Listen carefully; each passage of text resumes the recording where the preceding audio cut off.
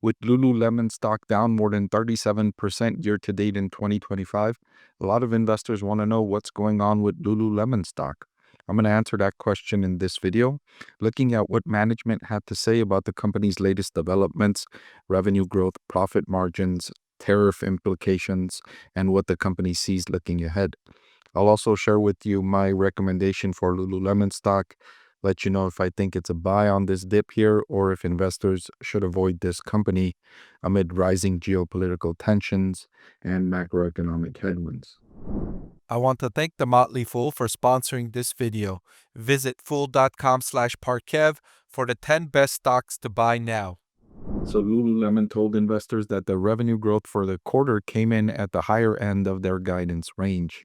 So they told investors a range of where they thought their revenue could end up in the most recently completed quarter. And the results were closer to the higher end of the guidance rather than the lower end of the guidance. And that's good news for investors. Their revenue in the United States specifically grew 2%, which was an improvement in the trend they've seen over the last few quarters, compared to a company like Nike, which demonstrated or reported revenue declines of roughly 10% in their most recently completed quarter. You can notice Lululemon gaining market share in the category. Their first quarter revenue performance and what they're seeing so far in Q2, they're maintaining their revenue guidance for the full year. And that was a relief, right? Because over these last few months, since April, the President of the United States has implemented a huge increase in tariffs on the United States trading partners, which has big implications for Lululemon since Lululemon manufactures most of its products outside of the United States and imports them into the United States. And so it has huge implications for the company. Investors, including myself, were concerned about how its business, how its revenue outlook would be reshaped for the rest of this year as a result of that big change in policy that was negative for Lululemon. That's why I told investors all year long, I've been telling investors not to buy Lululemon stock. That is until today. Until today, I updated my recommendation for Lulu's stock and I upgraded it to a buy given my analysis of the company's most recent earnings call, given my analysis of where tariffs are heading and the consumer response to those tariffs, and my assessment of what's going on in its industry. I looked at the valuation and compared it to all of those factors, and I upgraded Lululemon stock to a buy today. In the first quarter, the company's overall revenue increased by 7%, and their gross margin increased by 60 basis points to 58.3%. Lululemon has some of the industry's highest gross profit margins. You compare it with, let's say, if you compare with Nike, which has gross profit margins now hovering around 40%, whereas Lululemon is closer to 60%. Their gross profit margin and earnings per share for the most recently completed quarter was better than what it was forecasting. So in addition, the company repurchased shares and bought back another $430 million of its stock. The management team saying that they continue to see strength across markets driven by their high performance, high style merchandise and the compelling ways they engage with their guests through brand activations and community events. And I've liked the way Lululemon has done that with local community events that drives interest in its brand and drives brand recognition.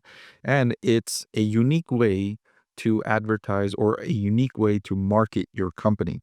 I like when companies undertake unique strategies in marketing and gaining market share and gaining sales. One of my most disliked strategies is when a company just says, let's cut our prices so that we can make more sales. It's the most unimaginative way to try and generate sales growth is just to slash prices, right? And it's the worst for investors, especially because when you cut prices, your competition just goes ahead and cuts their prices too, in most cases. And then you have a price war on your hands, and everybody's just racing down. Consumers are benefiting, they are seeing lower prices, but companies are experiencing lower profit margins, and it makes for an unattractive industry overall. That's what I've been saying about the electric vehicle industry. Tesla started a price war because I guess they're Tesla. They don't have any other, they didn't think of any other ways to generate interest in their brand. So they started a price war. And almost every other car company has followed. And it's been a race to the bottom, and industry wide profit margins have collapsed.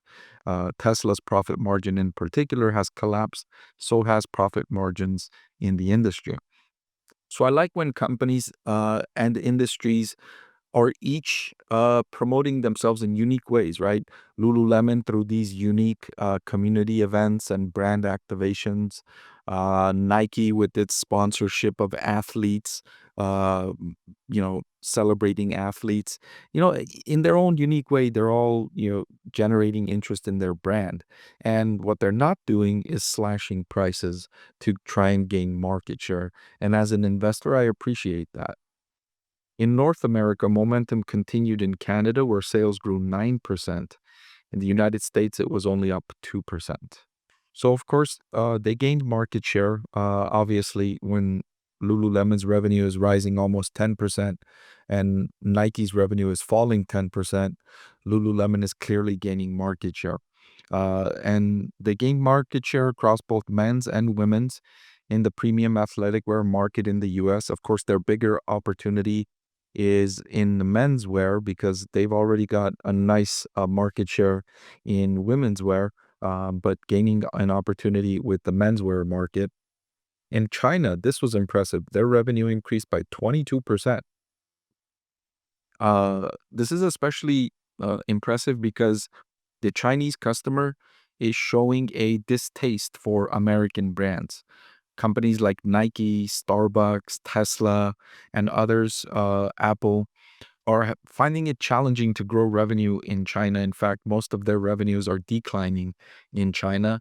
So, with Lululemon growing revenue 22% amid that macroeconomic backdrop in China, with that kind of change in consumer behavior, I found that to be impressive. Chinese New Year shifted from quarter to quarter this year, and that had implications for the company's revenue. So, in the rest of the world, their revenue increased by 17% as they continue to see strong acceptance of their brand by guests across the Asia Pacific region and the Europe, Middle East, and Africa. And this is increasingly important now with the significant increase in tariffs in the United States.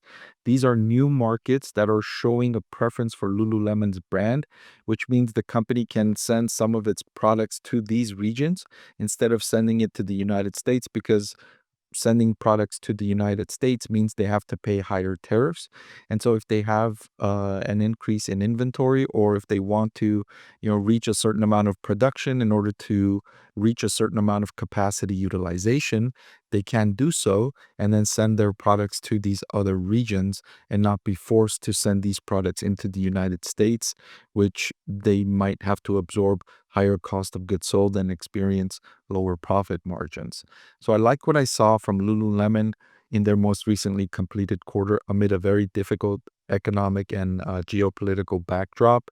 And these are some of the reasons why I upgraded Lululemon stock to a buy. By the way, this document I'm reading from is the company's most recently completed earnings call transcript. I have this highlighted document available for channel members. So if you're already a channel member, look under your membership benefits section. You can see this.